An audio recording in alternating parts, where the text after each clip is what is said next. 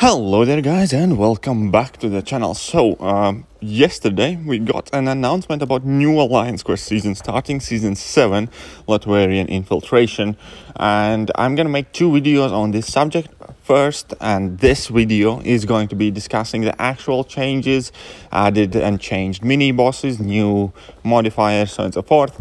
And then in the second video we're going to talk about the rewards update and all of that stuff, what's great and maybe not so great about the rewards updates. But let's start breaking it down piece by piece. So, first and foremost, Thanos is no more. Thanos is a thing of the past now, and we are going to be facing Dr. Doom as our final boss in Alliance Quest, regardless of which map you play. Each and every single one of us will have to deal with Dr. Doom, so we will have to get good at fighting that guy. And in order to do that, I definitely recommend everybody revisiting the Dr. Doom videos when he was the uncollected boss, because he will have several similar nodes active from the time when he was on that final boss node in Uncollected Quest when he was released not so long ago. So definitely it's a good idea to refresh your memory and remind yourself of the best counters. On the top of my head, the ones that I remember the most definitely were Quake and She-Hulk, and Spider-Gwen absolutely shined against that guy. But before we actually take a look at the boss nodes and the new added mini bosses, let's just break down the rest of the post. So first things, the major thing that is going to be changing is that map 6 is also going to get variations now. That means everybody playing map 6 now will basically have different AQ opponents depending on which variation you're facing. So you're not going to be doing the same fights, same opponents all over and over and over again. And I personally do like this move. I think that was one of the things that were scaring people away from map 7 to a degree. The idea that the map 7 constantly kept changing and people did not know what to expect and what to face. Now, when they're going to be changing map 6 as well, they're going to be showcasing that it's going to be the same thing in map 7. Therefore, I feel as if though this move will eventually encourage people to move on to map 7 and kind of like give a bit more confidence to people who previously might have been afraid of the fact that map 7 has these variations and they change from week to week. Obviously, initially, there's going to be some getting used to process, and that fact combined that there's going to be new mini-bosses and several different changes will probably make map 6 feel more difficult than it is currently, but that's pretty much always the case. Whenever there are new challenges ahead of us, initially we might struggle a bit, we might have to use some more items or just use a bit more brain power trying to figure out and come up with counters and deciding on our teams, so on and so forth. But eventually, when time passes, we have always been able to manage it. And like even with map 7, when map 7 came out initially, it wasn't uncommon for people to use a couple of items or some items to get through. Now, for most part, pretty much everyone is getting through map 7 without significant use of items. So that has always been a matter of player base getting used to finding best possible champion combinations and matchups, and then assigning correct paths. And after this period where you get used to, you're doing just fine. So I'm not overly worried about the fact that something is going to get harder. It will inevitably initially be harder, but the longer you play, the more you get used to it, the more kind of like routinely you're going to be sailing past it pretty much. Okay, the second big bit is that we have new minions. No more drones, no more sentinels, no more symbiotes or whatever else we had. Doom bots is going to be the new thing. Now, currently in map 7, there are none of these opponents. So if you're playing map 7, you will not notice this change at all whatsoever. I have not personally fought a sentinel drone or adaptoid or symbiote in AQ for a really long time because we play map 7 and they're not there. I think they're present in map 5 and below or something like that. So I don't really have much comment on that, but hopefully they're cool, hopefully they're interesting, hopefully they're not too crazy difficult. and I'm sure that we're gonna learn how to deal with them. However, unfortunately, it's extremely unlikely that my channel will be able to provide any guides for that whatsoever, because I will not likely encounter those Doom bots. And additionally, we are going to be getting a new Alliance Quest modifiers, and this is actually in fact awesome change. Absolutely love it, because currently we have 5 different modifiers that we can select from at the beginning of every Alliance Quest for each day, for each battle group, but they are going to be increasing that number to 8. Now that will mean 2 major things. Number one, that yes, there are some new nodes you might have to deal with, but it also means that you do not necessarily have to take all of them, because AQ is still 5 days. Now we have a choice of 8, so out of 8 modifiers we will have to use only 5. So 3 of the ones that will kind of like universally be agreed as the hardest and trickiest ones we can simply skip. So if you were struggling with brute force, for instance, you can forget about it. You can just replace the brute force with some other buff, so on and so forth. So this gives kind of like more option and us having an actual choice, and that's great, because previously we could only decide effectively on the sequence we want to use these modifiers. Then now we can actually decide which ones we like, which ones we don't, and the sequence we're going to be tackling them. So I'm definitely 100% pro this move. I think they should have started with it like that, and it definitely does feel like much more of a choice of freedom of choice, I guess, because we do not necessarily know how to use every single modifier that's presented to us. You can actually pick and choose which one to like more, so that's awesome. Unfortunately, the rewards for using the modifiers are not increased though, so that's another thing to note.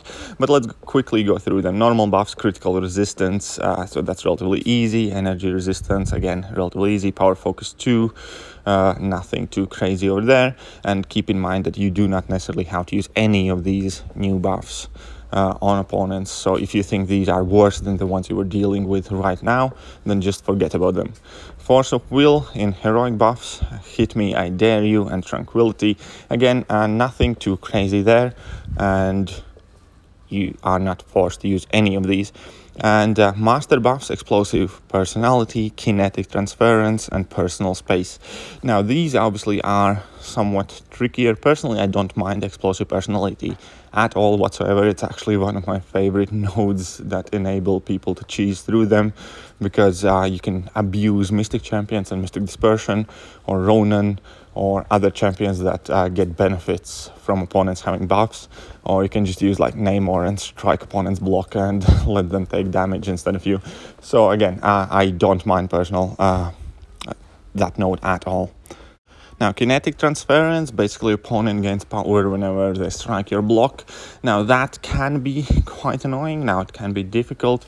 It's not the worst node. We're going to see whether it's worth taking out any of our current modifiers for this one. But it's not the worst. It's one of those nodes that are kind of like ever present, somewhat annoying, but does not completely change the shape of the fight. And personal space, again, once more, can be a node that you actually completely abuse using Ronin or Mystic Champions and feed your Mystic Dispersion, so on and so forth. So I kind of like these new buffs. It definitely seems like they will be able to open some new cheese tactics for quite a lot of these fights. So I'm quite excited to see whether we can do something interesting in Alliance Quest now. But next, let's take a look at mini bosses, because we do have several changes basically in every map. Some mini bosses are taken out, some new ones are added. Now, I'm not entirely sure what is the current situation with mini bosses in map 6 and below. However, for map 7, the new mini boss that did get added is the Thing, and obviously the Thing is a tricky defender to face off against. And this one seems a bit BS, I'll be honest, because Mesmerize is one of the most annoying nodes that seems to be ever present since the inception of contest, because we can trace Mesmerize node back to Act 4, I believe. So that's a really long time ago, and it's still extremely annoying and painful node, and does require you to have some special counters for it, in addition to the champion with that Mesmerize node being thing is going to be extremely annoying and definitely will require some extremely specific counters and people taking dedicated champions to face the thing. And so we can see that Section 1 mini-boss has Mesmerize and Kinetic Transference. The rest of the buffs aren't too important, but Kinetic Transference obviously is going to feed more power to the thing. So it might actually work out quite decently because of the Kinetic Transference. You should be able to kind of like push thing past bars of power quite a bit easier, but there's still that Mesmerize that's going to be extremely annoying and difficult to face off against. In Section 2, however, now that's a scary node. Now, I will not even exaggerate that saying outside of Quake, I'm not overly confident on too many champions that will do great against that guy. Because we can see that in addition to Kinetic Transference and Mesmerize, the Section 2 boss also has Mighty Charge 3. Now the problem for me is I couldn't specifically find the description of Mighty Charge 3. I was able to locate Mighty Charge 1 and 2, and basically Mighty Charge 1 is the one that lets opponents shrug off all the debuffs whenever they dash at you, but they do not go unstoppable. So it's a relatively easy node to counter. Just don't rely on your debuffs and you're going to be fine. Mighty Charge 2 is the Mighty Charge that we are most commonly popular with, the one that makes opponents go unstoppable and lets them shrug off all the debuffs, and in fact is extremely tricky node to deal with. Now Mighty Charge 3, I did not find exact node description. Maybe you guys can sort me out, but it's going to be one out of two things. So either it's not going to be anything too bad and it will probably be that thing goes unstoppable whenever he dashes but does not shrug off the debuffs, or it will be thing goes unstoppable, shrugs off the debuffs, and some additional effect like going unblockable or something. So depending on what exactly Mighty Charge 3 does, it will definitely severely affect the difficulty of that boss, and that mini-boss will be a problem. The mini-boss will require specific counters, but again, I am entirely confident that people will find solutions to that boss relatively easily. And now, as I mentioned, Quake seems to be pretty much a perfect counter for most part the thing and the Doom bosses as well. So we're gonna see how that works out, because for instance my Quake always gets tied up in Alliance War, so there's gonna be some serious juggling involved, especially initially until we find the best counters. But obviously we can see that there are more changes to mini bosses starting map 6 and so on and so forth. We can see that the new mini bosses include champions like Mr. Fantastic, Nova, Human Torch, don't know if he was there. And the truth of the matter is I do not wish to discuss these mini bosses too much. We can see they're all nodes and capabilities and added powers here on the spreadsheet. But I haven't really faced off against any of those mini bosses in map 6 or below myself. So I can't accurately judge and evaluate whether something is going to be harder, trickier, or easier, so on and so forth. And if I were to strategize for potential counters, that would be purely from theory and not from practice. So I do not really wish to do so, and I'm not going to be discussing these new changed mini bosses for anything but map 7 much further. So my apologies, guys. It's just the simple fact that I don't know what I'm talking about when it comes to map 6 in recent years, or map 5. I've never done it, and I'm not the best person to try and analyze it. However, we can talk about the final bosses, and final bosses are going to be Dr. Dooms, as I mentioned at the beginning of the video. And based on the initial node description, it seems like a lot of us are about to be doom slapped, and doom slapped a lot and doom slapped often, because we can see that he has heavy hitter node, which will make it hard to punish his heavy attacks, with buff toggle unstoppable 1, which will extend the duration of those unstoppables that he gets. So that means you do not want him to throw heavy attack. However, Doom does it a lot, and he can stun you passively with that heavy attack as well. And he's gonna have his special nodes of Hazarath Rage and Hazarath Vengeance, which will enable him to pretty much consistently stay in his aura.